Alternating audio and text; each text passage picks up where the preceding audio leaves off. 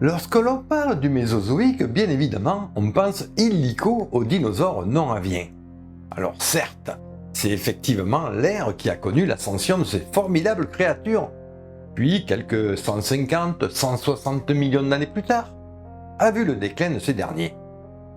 Néanmoins, on oublie trop souvent que l'ère mésozoïque, c'est aussi la période qui a vu la lignée mammalienne prendre son essor, évoluer, se diversifier et donner lieu aux deux grands groupes de mammifères que nous connaissons.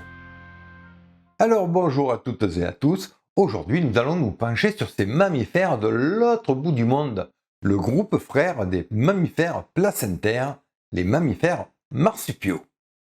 Et si vous appréciez cet épisode, n'oubliez pas le petit pouce bleu et envisagez donc de vous abonner. C'est le meilleur moyen de me soutenir. Allez!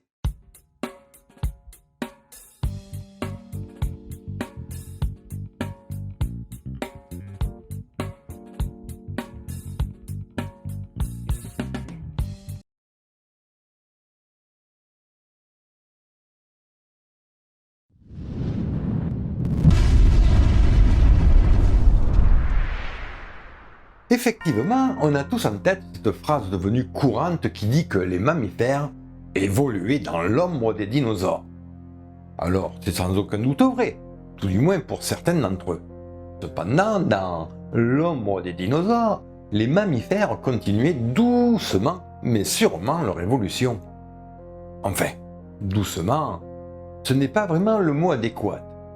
En effet, en raison de leur petite taille et de leur métabolisme ultra rapide, et surtout de leur mode de reproduction pour le moins prolifique, les mammifères avaient un avantage certain. Il n'y a qu'à voir à quel rythme se reproduisent les petits mammifères actuels pour se faire une idée. Quoi qu'il en soit, notre aventure commence vers la fin du Jurassique, il y a environ 160 millions d'années. Au passage, concernant l'évolution des mammifères, si vous voulez savoir ce qui s'est passé avant que débute cette histoire, je vous encourage donc à regarder la mini-série sur leurs origines. Nous sommes donc au Jurassique, et alors que chez les reptiles, les oiseaux commencent à s'épanouir, du côté de la lignée mammalienne, voilà que celle-ci se sépare et engendre les énigmatiques monotrèmes. Des mammifères vraiment étranges. Moi qui vous dis constamment que les dents sont primordiales chez les mammifères, eh bien les monotrèmes les ont perdus et n'en sont plus pourvus. Un comble! Par contre, ils pondent des œufs. Certains d'entre eux sont venimeux, et comme le dit leur nom, monotrème, ils ne possèdent qu'un seul orifice cloacal. C'est à croire que Dame Nature tentait quelques expériences, comme quoi l'évolution est étonnante.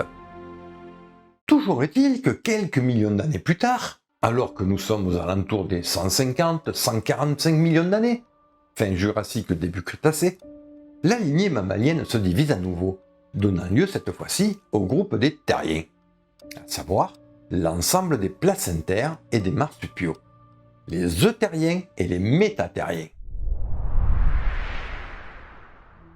Alors avant toute chose, voyons qui sont les métathériens, les marsupiaux et leurs cousins. Dans l'épisode précédent, j'avais fait une petite animation pour présenter les mammifères, et plus précisément le groupe des terriens.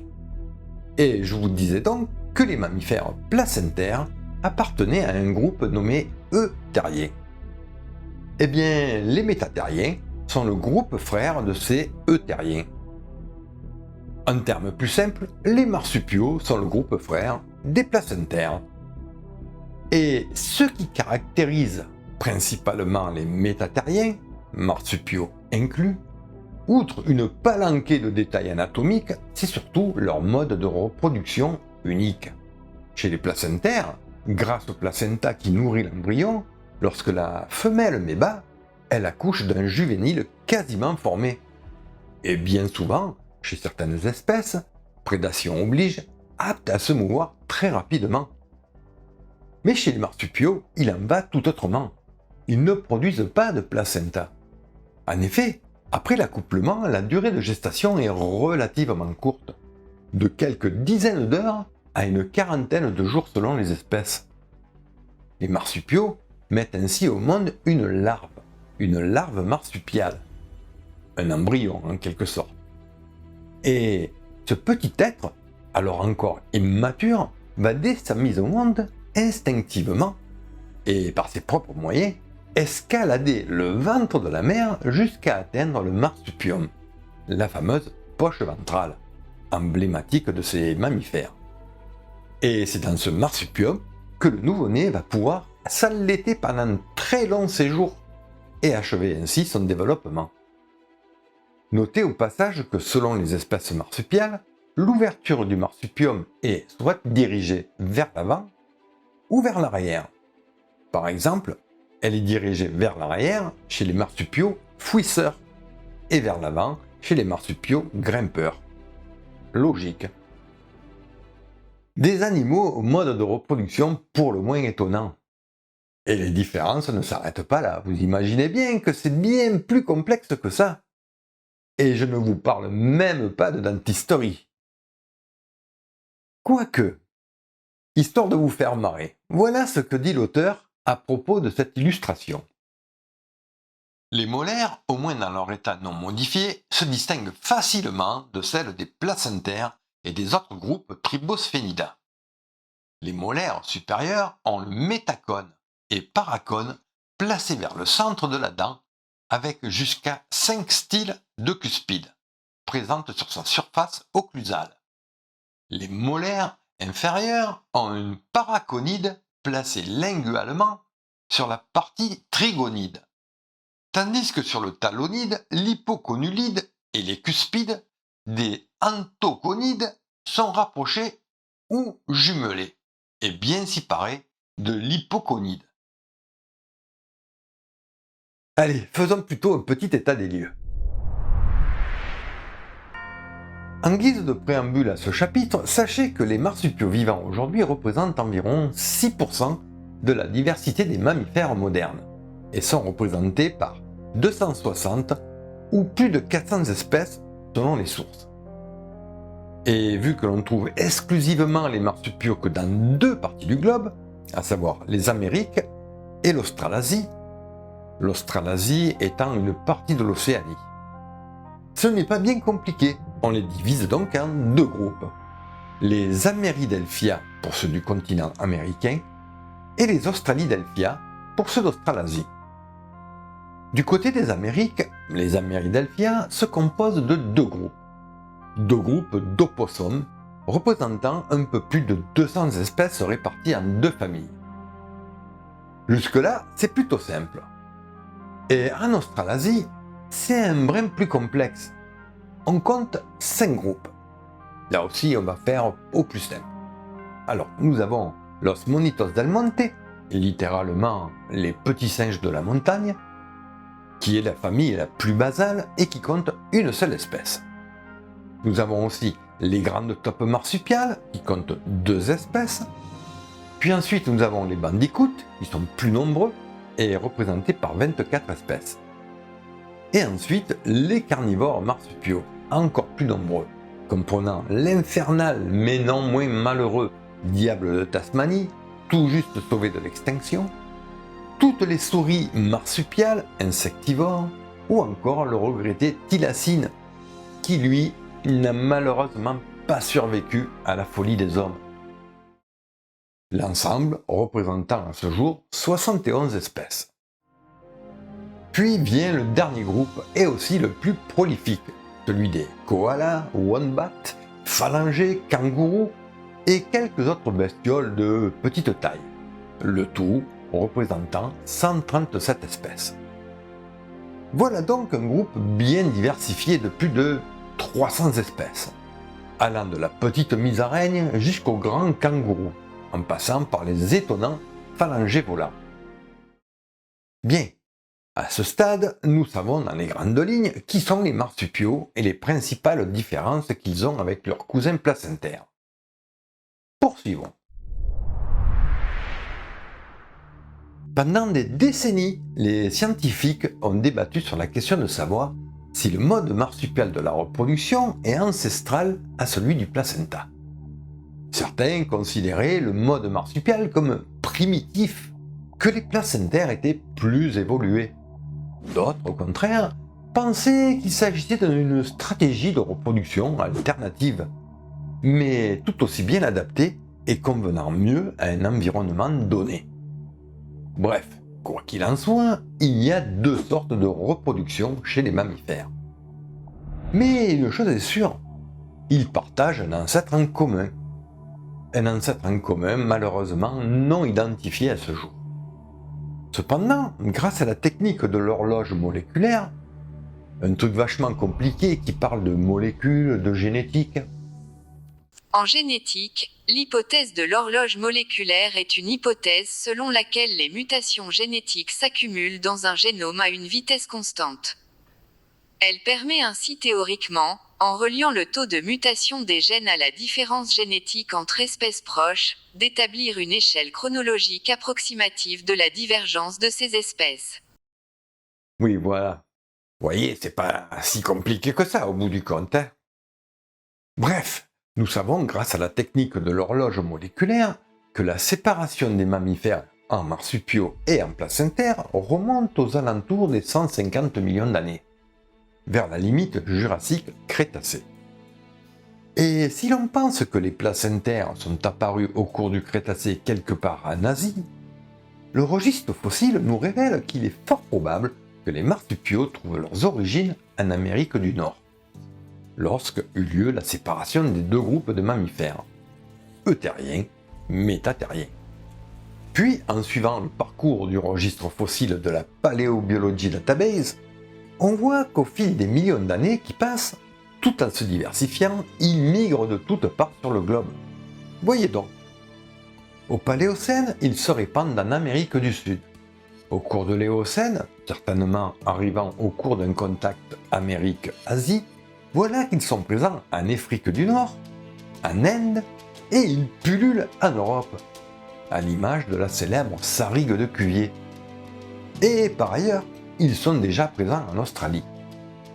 À ce sujet, certains chercheurs pensent qu'ils sont arrivés en Australie en passant par l'Amérique du Sud via l'Antarctique. Australie qui au passage n'avait pas été colonisée par les placentaires, et qui fut donc un havre de paix pour cette lignée de mammifères. Toujours est-il qu'à l'Oligocène, leur déclin est en marche. Et si durant le Miocène, leur diversification se poursuit dans l'hémisphère sud, sauf en Afrique, dans l'hémisphère nord, ils se raréfient, et ce, jusqu'à leur totale disparition au cours du Pliocène. Bon, il faut préciser tout de même que durant le Paléogène, les températures ont atteint des sommets, notamment durant le fameux PETM, le maximum thermique Paléocène-Éocène. Et dès la fin de la période, c'est la dégringolade, notamment à l'Oligocène, lorsque l'Amérique du Sud se désolidarise du continent antarctique et que le courant circumpolaire se met en place, entraînant la glaciation de l'Antarctique et par extension un refroidissement global. Par ailleurs, revenons sur cette carte et regardons le registre fossile au Miocène. Et voyez donc celui du Pliocène, la période suivante. Outre le fait que les marsupiaux ont totalement disparu de l'hémisphère nord, y compris en Amérique du Nord, leur continent d'origine, on remarque que si en Australie, leur registre fossile est toujours plus ou moins identique, il n'en va pas de même sur le continent sud-américain. Les restes fossiles sont bien plus disparates. Et en effet, cette raréfaction est sans doute due à une baisse drastique de leur population. Et cela est corrélé à un autre grand événement, le grand échange faunique interaméricain. Ouais bon, on va pas en faire des caisses, on en a vu passer des extinctions, et bien pire que celle-ci. Il y a environ 2,8 millions d'années, l'Amérique du Sud, alors détachée de l'Antarctique, migre vers le nord, et in fine entre en contact avec le continent nord. Se forme alors l'isthme de Panama. S'ouvre ainsi une véritable autoroute pour les faunes des deux continents. Et que se passe-t-il lorsqu'une espèce invasive débarque sur un nouveau territoire? Je ne vais pas vous faire un dessin, on voit ça encore aujourd'hui.